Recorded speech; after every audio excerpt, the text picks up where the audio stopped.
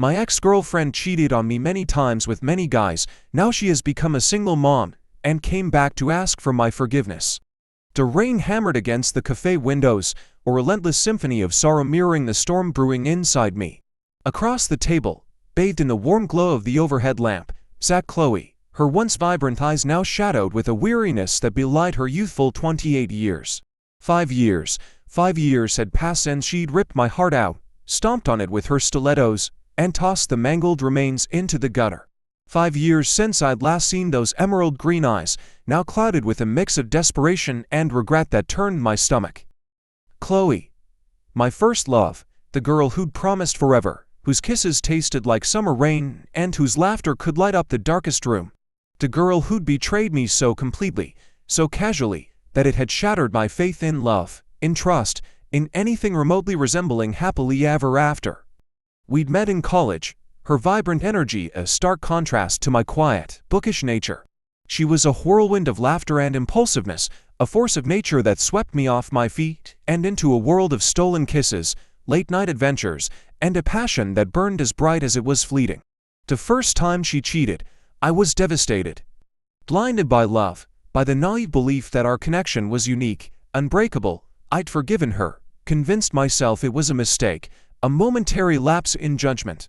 But the mistakes, the lapses in judgment, as she called them, became a pattern, a recurring nightmare that chipped away at my self-worth, my trust, my sanity. Each time, I'd confront her, my voice trembling with a mixture of anger and heartbreak, only to be met with tears, promises of change, assurances that it would never happen again. And each time, I'd cave. The thought of losing her, of facing the emptiness that stretched before me, was more terrifying than the slow, agonizing death of my own self-respect.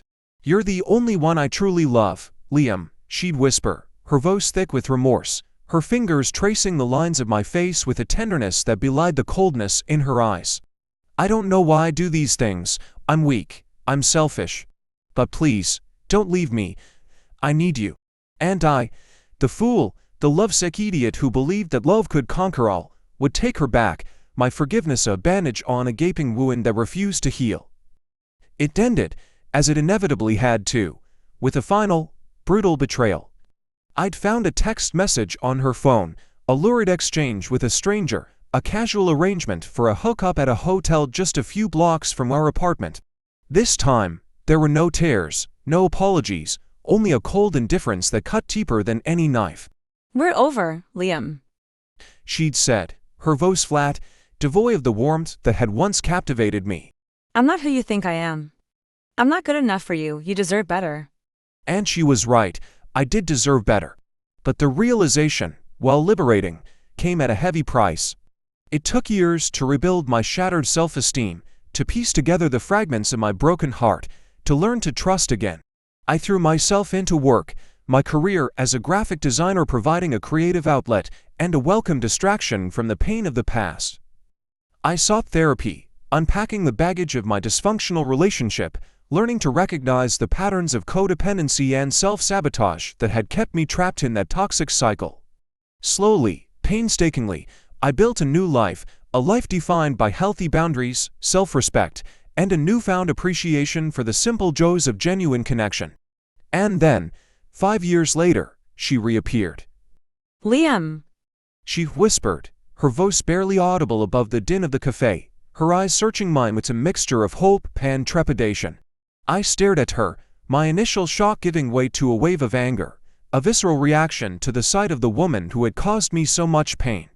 "What are you doing here, Chloe?" I asked, my voice cold, the years of suppressed emotions hardening my resolve. She took a shaky breath, her carefully applied makeup doing little to conceal the dark circles under her eyes, the lines of worrying etched around her mouth. I need to talk to you," she said, her voice trembling. "It's important."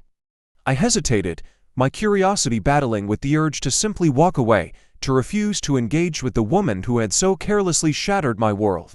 But something, perhaps the morbid fascination of witnessing the consequences of her actions, or maybe a flicker of the empathy that had always been my Achilles heel, compelled me to stay.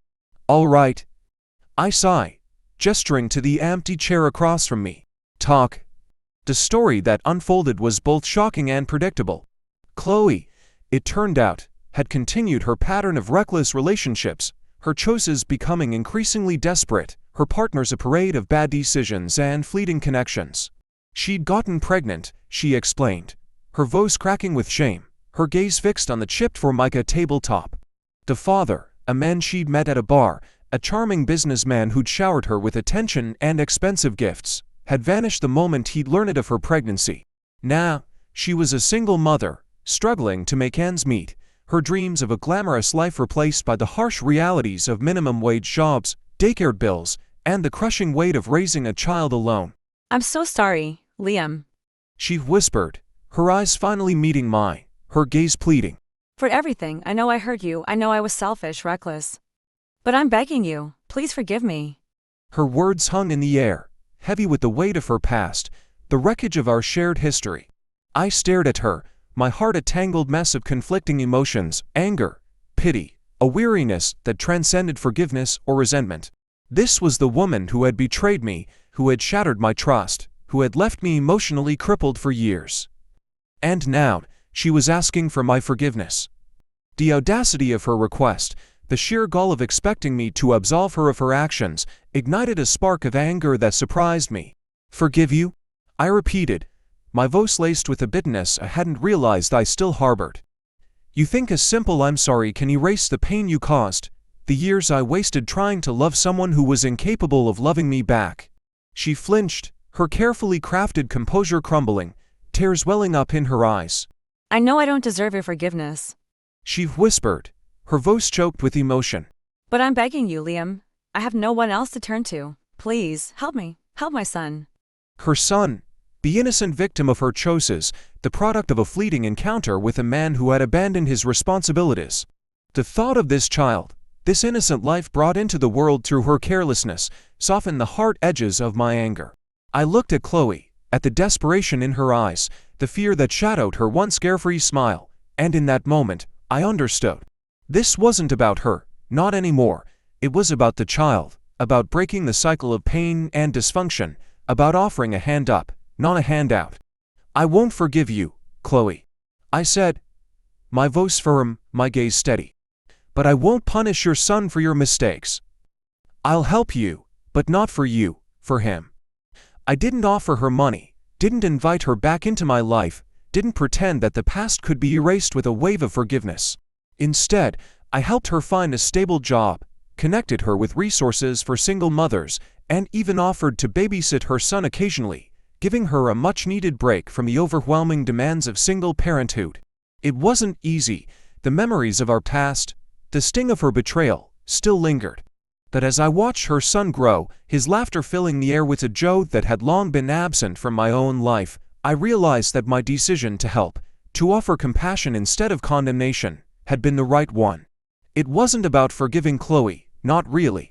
It was about recognizing that we are all flawed, that we all make mistakes, and that sometimes the most empowering act of kindness is to offer a hand up, not a handout, to break the cycle of pain and create a ripple effect of hope, of healing, of a love that transcended the boundaries of romantic entanglements and found its true expression in the simple act of human connection.